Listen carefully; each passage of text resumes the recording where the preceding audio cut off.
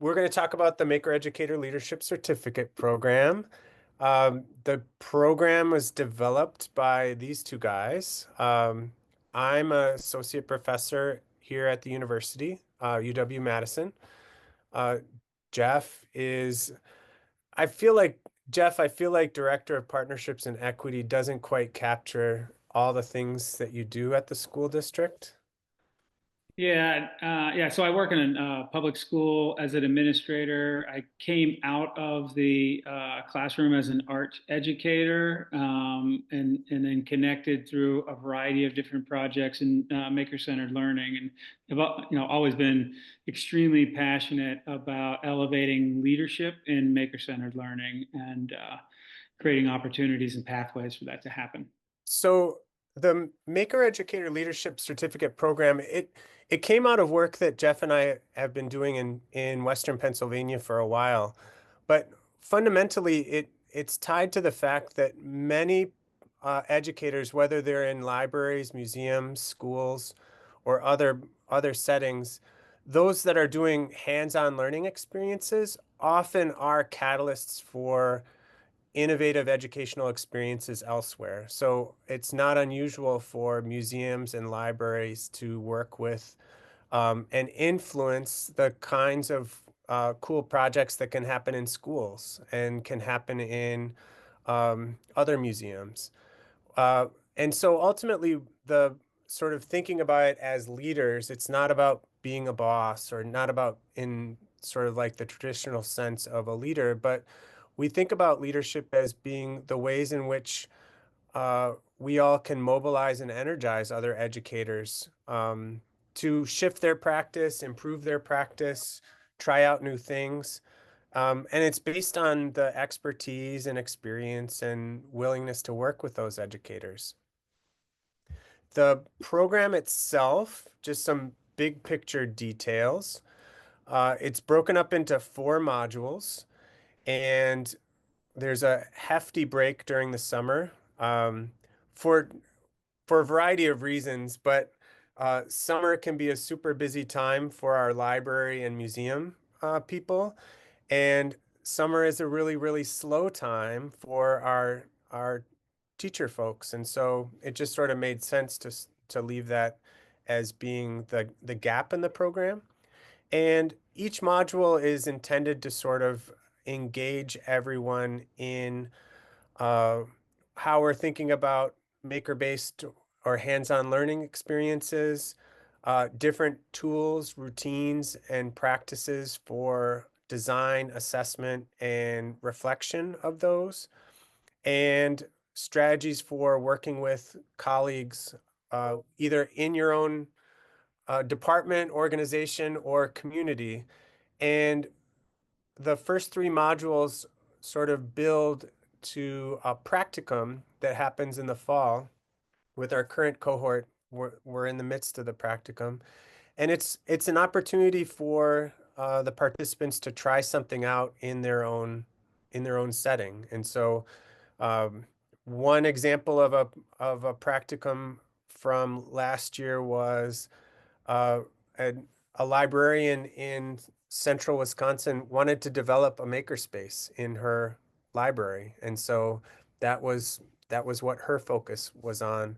Um, Somebody who already had a makerspace wanted to create new partnerships with schools and other teachers, and so that was a different type of practicum. But ultimately, the practicum is meant to be centered in the work that the cohort members do and what's consequential and important for them in particular. The small picture details are that it's online, it's cohort based, so everybody who's in your first module will be in the second, third, and fourth. And each module has 3 synchronous meetups, which are opportunities to learn from each other in the cohorts. The We do some maker activities, and it's a mixture of digital and analog activities. As I mentioned, it's very much tied to the work that you do, and I think it engages a diversity of educational settings. I think the strength of the program, as amazing as Jeff is and experienced as Jeff is, the strength is the cohort. And I think in the first two cohorts that we've had, the the participants have been amazingly experienced and knowledgeable hands-on educators that came from children's museums, science museums, public libraries, K-12 schools, higher education, even professional development organizations, a wide variety of people. And they, in many ways, Jeff and I just try to stay out of the way to facilitate the interactions among the cohort participants. Uh, just to give you a sense of what the year includes, it includes identifying your value. And what we mean by that is that uh, hands-on making and tinkering experiences, uh, people are motivated for a variety of reasons, or the purpose that they have for those types of experiences vary quite a bit. Um, and the kinds of learning that it engages our learners is really diverse. And so the first step is sort of identifying what do we value for learning and engagement. Some people are very STEM oriented, some are very dispositionally oriented, um, and all of the values are the right values, but it gives us a focus for design and reflection once we sort of hone in on it. We engage in discussion protocols, which are semi-structured, sort of like protocols for guiding small group discussion. We try out and engage with tools and practices that help with planning, with reflection, with assessment. We work with some thinking routines, if you're familiar with those, and we do making. We do make things, but one thing that Jeff and I are very clear about is that if someone is looking for a program that teaches maker activities or that teaches like how to use a 3D printer or how to work a sewing machine, this is not the program for them. And to be honest, the participants that we have are far more experienced in making and tinkering activities. Well, than me, not maybe not Jeff, but far more experienced than me. And so the idea is more that we think about how we can intentionally design and assess and document maker experiences, and how we can share practice with others so that we can reflect together, that we can discuss and plan together, as a way for the academic term would be deprivatizing our practice. Yeah, it's not learning how to use a particular tool. I mentioned that it was connected to the practice that you're engaged in. But the other thing I would say is that it's not a independent solo study. I mean, obviously, everybody is working on their own, um, in their own setting, but our synchronous sessions and the way we structure the course creates many opportunities for sharing, both to receive feedback, but also to give feedback to others. And so it's not something where you're sort of on your own in your own island working on this. Like I said, I think a real benefit is the experienced and participants that are with us and how they sort of reveal amazing perspectives and interpretations. Before we do a question and answer, I went through the registration and pulled out some of the questions that people had, so I can be really fast about these. So one person asked, how long does it take to complete? I think I said that, but 1 calendar year. Is the program directed at working professionals? Yes. It's possible that if somebody is not a working professional, of course, they could still benefit from this, but it's been designed with the assumption that the participants are working professionals. The days, hours of the synchronous sessions. So the synchronous sessions are 1.5 hours. This past year, they've been on Thursdays at 6 p.m. Central Time.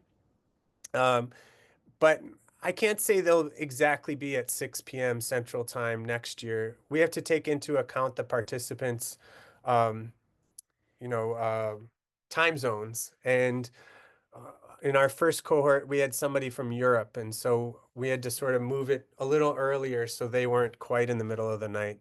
But Jeff and I will reach out to all the participants just to sort of gauge what's a productive time. But weekends is not a time that we meet. Somebody asked about the responsibilities um, of a leader, and I wasn't quite sure what that question was getting at, but um, I think I just wanted to reinforce that we think about leadership as being ways in which you can work with other colleagues and other professionals in a way to shift their practice and not in a way that uh, bosses them around or directs them in any way. Somebody asked about uh, what benefits somebody might get uh, if they already have a lot of experience in the field. Every single cohort member that we've had has been incredibly experienced. I would say 10 years minimum of experience, maybe 8. I mean, everybody looks young, but, or at least looks young to me, but they're all experienced. And I think that the benefits that I hear them talking about is what they learn from the other cohort members as far as everybody's different perspectives and connections that they make. And even though we don't explicitly teach about maker activities, just through conversations, lots of our cohort members glean new ideas for maker activities just based on everybody has done a million different activities in the past, and so there's a lot to talk about.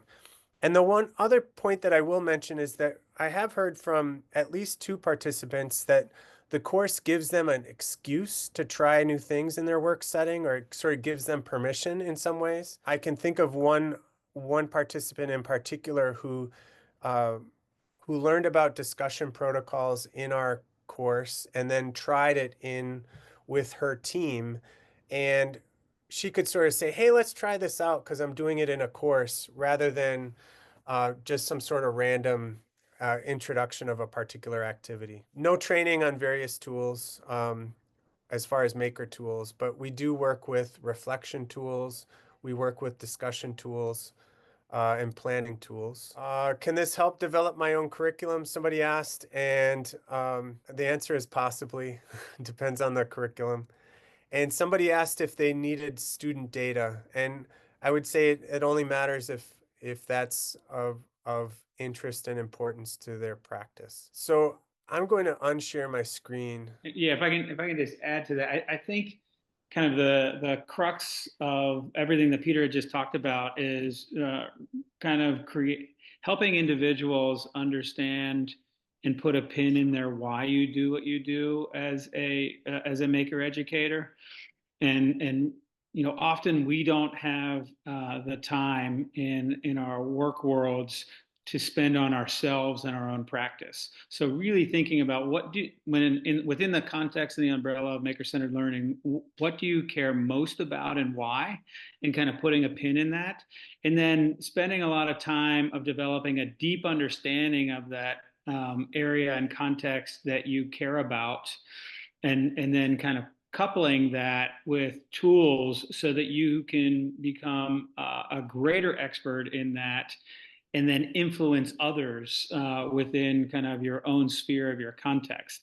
So it is personalized in that sense that it's really about you and your practice, and you get the greater benefit of the cohort, which are diverse folks and educators from different contexts that care about maker-centered learning within that umbrella, but are all coming at it from various different contexts. And so there's this cross-pollination of ideas that happen that really help to support that depth of understanding of you as an individual about what you care about and why.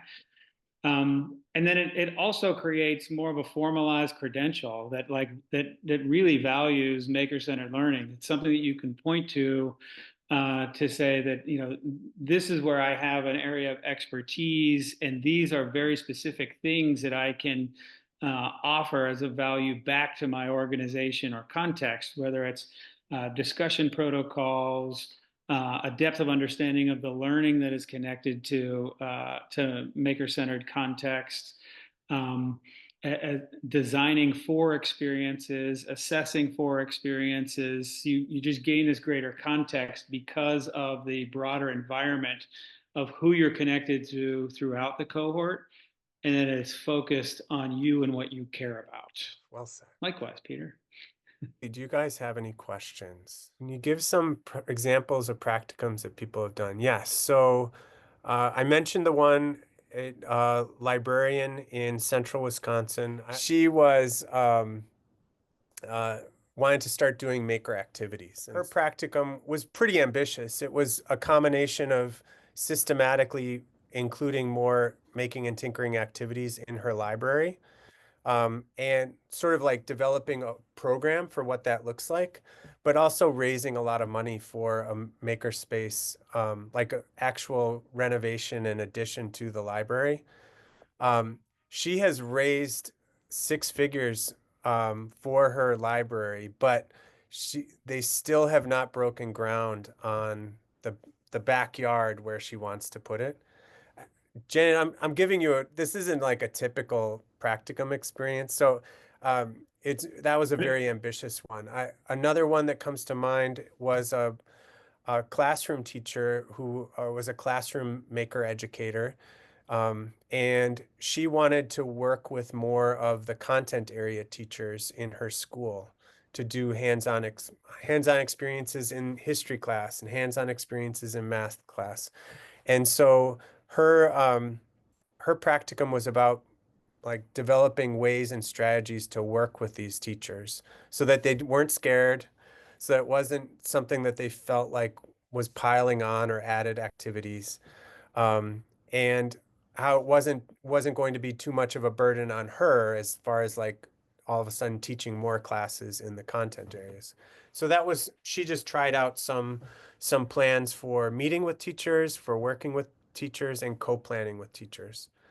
Yeah, Trying to Peter, I think we like people end up kind of falling into buckets, just for a lack of a better kind of a phrase, where you have like classroom, you have educators in formal schools that are, you look at what is the sphere of influence from a classroom teacher, and it's usually programmatic, curriculum based, and how do I expand the things that I'm passionate about and influence beyond that sphere. So they're building a practicum that kind of works in that sense. We get a lot of like museum educators that may be working in within a specific program in a museum, and again, a lot of it is then similar in that programmatic. How do I maximize the type of experiences that I care most about in the context of kind of one and done type of learning?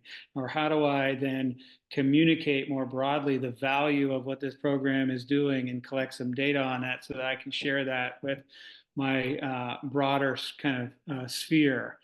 Or then you have director kind of levels, whether it's in the school system or in the museum type of a context, who are then looking at program expansions, whether the program is going into a community expansion or figuring out how to direct more participants into a certain experience. Again, kind of going back to that, like it all starts with a personal context as you as an individual. What do you care most about and why?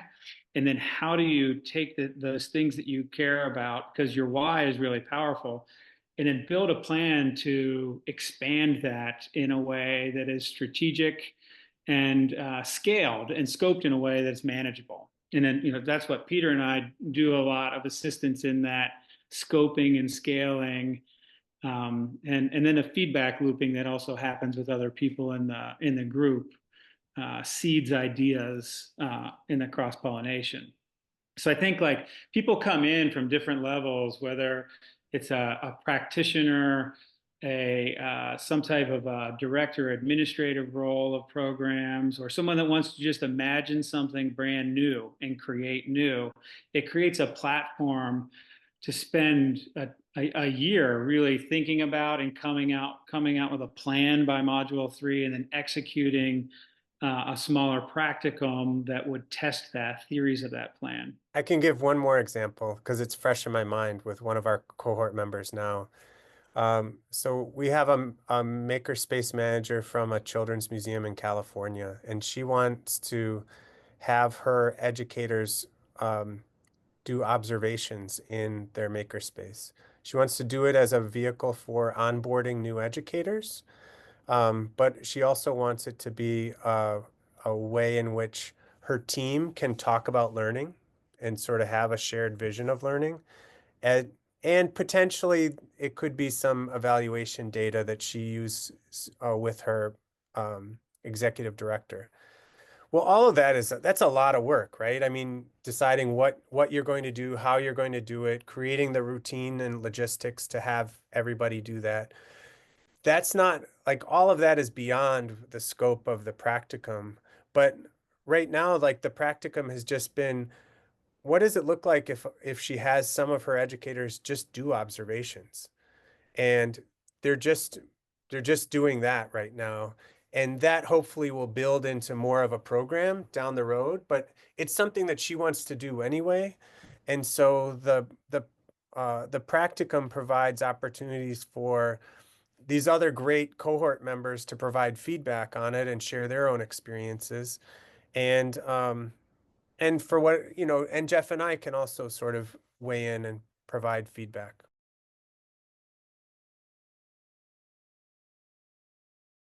I think probably 13 has been the average. I think we have 15 registered right now.